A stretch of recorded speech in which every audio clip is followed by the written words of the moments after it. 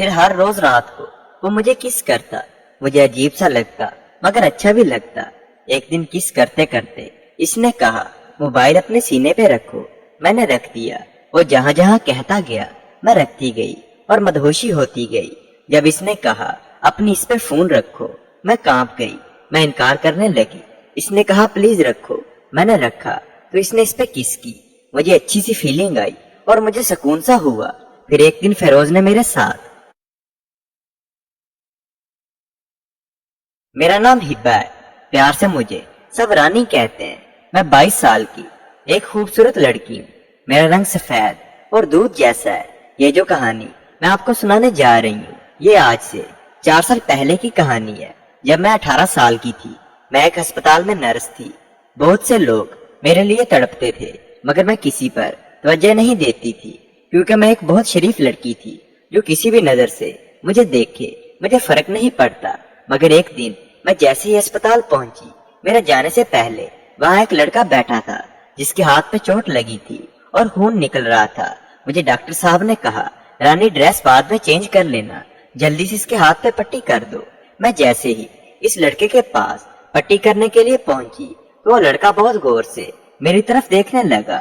میں نے اس کو متوجہ کرتے ہوئے کہا سر پہلے پٹی کروا لیں. اس نے میرے آگے ہاتھ کیا تو اس کے ہاتھ سے کافی خون نکل رہا تھا. جیسے ہی میں نے اس کا ہاتھ پکڑا وہ کہنے لگا پلیز پٹی رہنے دیں, درد غائب ہو گیا ہے آپ کا ہاتھ لگنے سے. مجھے اس کی اس بات پر بہت غصہ آیا. میں نے جان بوجھ کر زخم کو بہت سختی سے صاف کیا مگر اس کے چہرے پہ وہی مسکراہٹ رہی. میں پٹی کر کے ڈاکٹر صاحب کو پیسوں کا بول کر یونیفارم چینج کرنے کے لیے چلی گئی. پھر سارا دن وہی روٹین سے کام میں لگی رہی. چھٹی کے وقت جب میں ہسپتال سے گھر کے لیے نکلی تو وہ لڑکا کار کے اندر بیٹھا مجھے دیکھ رہا تھا. میں چپ چاپ گزر گئی. گھر جاتے وقت مجھے پھر بہت غصہ آیا. میں گھر پہنچی تو گھر کے کام میں لگ کر وہ خیال ذہن سے نکل گیا. اگلے دن مجھے ہسپتال پہنچے ابھی 5 منٹ ہی ہوئے ہوں گے کہ وہ لڑکا پھر ہسپتال آ گیا پٹی کروانے کے لیے. مجھے تبھی یقین ہو گیا کہ یہ یہاں صرف میرے لیے آیا ہے مگر میں کچھ کر نہیں سکتی تھی. ڈاکٹر کے کہنے پر میں نے نہ چاہتے ہوئے بھی اسے پٹی کرنے لگی. پٹی کے بعد میں نے کہا پلیز سر اب 3 دن بعد آنا. یہ بات سنتے ہی اس لڑکے نے کہا کہ کیوں. میں نے غصے میں جواب دیا کہ سر اس زخم پر پٹی 3 دن بعد ہی ہوگی. وہ لڑکا چپ چاپ چلا گیا. مگر جب میں اگلے دن ہسپتال پہنچی اس لڑکے کو پھر ہسپتال میں موجود پایا. میں نے غصے سے کہا کہ سر آپ کو 3 دن بعد آنے کا کہا تھا. ابھی اتنی بات میری زبان پر تھی کہ اس لڑکے نے اپنا دوسرا بازو میرے آگے کر دیا. میں چپ ہو گئی. اس کے بازو پر کافی زیادہ چوٹ تھی. میں چپ کر کے زخم کو صاف کرنے لگی.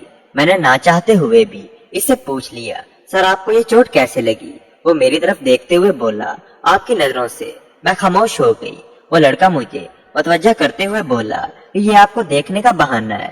میں نے کہا سر آپ نے 3 دن بعد آنا تھا تو دیکھ لیتے مگر ایسی حرکت نہیں کرتے کہ جس کا الزام مجھ پر آئے. وہ کہنے لگا ایک دن پتا نہیں کیسے گزرا. 3 دن اگر میں آپ کو نہ دیکھتا تو مر جاتا. میں نے چپ کر کے پٹی کر دی اور مذاق کے موڈ میں کہنے لگی کہ کل تو کوئی چوٹ نہیں لگے گی آپ کو. مجھے بتا دو میں کل چھٹی کر لوں گی. وہ میری بات کرتے ہوئے بولا پلیز آپ نہ آنے کا ظلم نہیں کرنا. اب چوٹ تو روز لگے گی کیونکہ جب تک میری سانس چلے گی آپ سے بات کرنے کا یہ بہانہ تو ہے. میں نے کہا پلیز سر آپ پاگل مت بنو. خود کو تکلیف دینا گناہ ہے. وہ اچانک بولا اگر آپ کو اتنا احساس ہے تو پلیز اپنا نمبر دے دو. روز صرف موبائل پہ آپ کی آواز سن لوں گا ورنہ میں روز یہاں آپ سے بات کرنے کے لیے آؤں گا. خود کو زخم دے کر میں نے نہ چاہتے ہوئے بھی اس کو اس شرط پر اپنا موبائل نمبر دے دیا کہ اب صرف روز سلام لے کر فون بند کر دو گے. اگلے دن کوئی 10 بجے کے قریب مجھے ایک نمبر سے کال آئی. میں نے فون ریسیو کیا تو آواز آئی السلام علیکم. میں نے جواب میں وعلیکم السلام کہا اور پوچھا کون. وہ بولا فیروز جس نے پٹی کروانے آنا تھا تو آپ نے روک دیا تھا. میں نے فون بند کر دیا اور ایک میسج کر دیا کہ آواز سن لی آپ نے اب چوٹ نہیں لگانی. پھر وہ روز فون کرتا سلام لے کر فون بند کر دیتا. کچھ دنوں کے بعد ایک رات اس کا کوئی 2 بجے کے قریب میسج آیا کہ آپ جاگ رہی ہو مگر میں سوئی ہوئی تھی. اگلے دن جب اس کی کال آئی تو اس نے سلام لیا. میں نے جواب دے کر کہا فیروز آپ شرط بول رہے ہو. ہماری شرط میں صرف آواز سننا تھا میسج کرنا نہیں تھا. وہ بولا سوری رات کو دل نہیں لگ رہا تھا تو میسج کر دیا آپ کو. میں نے کہا رات کو ایسی کیا بات تھی؟ وہ بولا بس आपका चेहरा आंखों के सामने था। वो इस तरह बातें करने लग गया। कोई 10 मिनट के बाद मैंने फोन बंद कर दिया, मगर मुझे अब बार बार इसका ख्याल आ रहा था। फिर छुट्टी के बाद घर गई।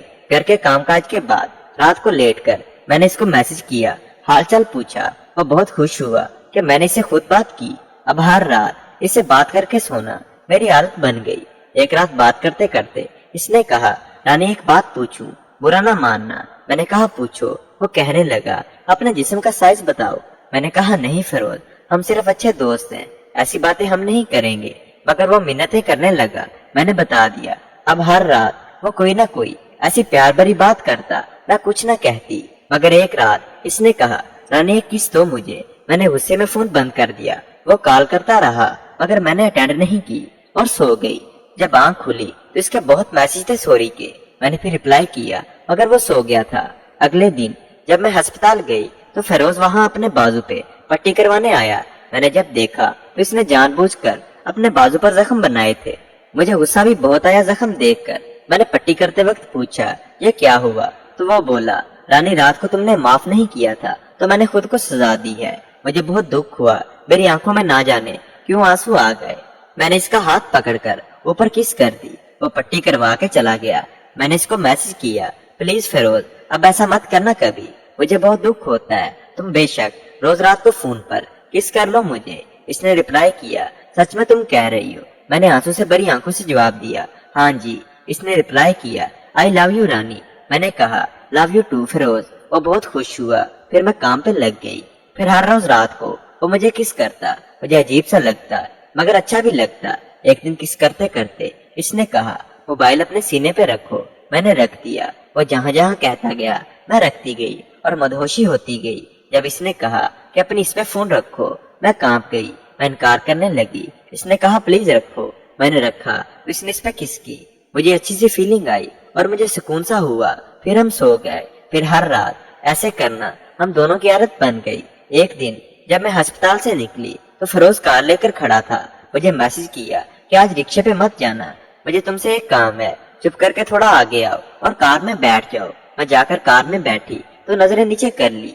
मुझे फिरोज ने बोला, क्या रानी नाराज हो? मैंने कहा नहीं, डर लग रहा है कि कोई देख ना ले। इसने ड्राइविंग शुरू की तो मुझे एक छोटा सा बैग पकड़ाया। मैंने पूछा ये क्या है? तो कहने लगा, तुम्हारे लिए गिफ्ट लाया हूँ, घर जाकर देख लेना। इसने मुझे हमारे घर की गली की नुक्कड़ पे उतार दिया। मैं घर पहुंची तो छोटी बहन से पता चला कि अम्मा खाला के घर गई है। मैंने पानी पिया। फिर कमरे में आकर बैग खोला तो इसमें एक ब्लैक कलर का सूट था।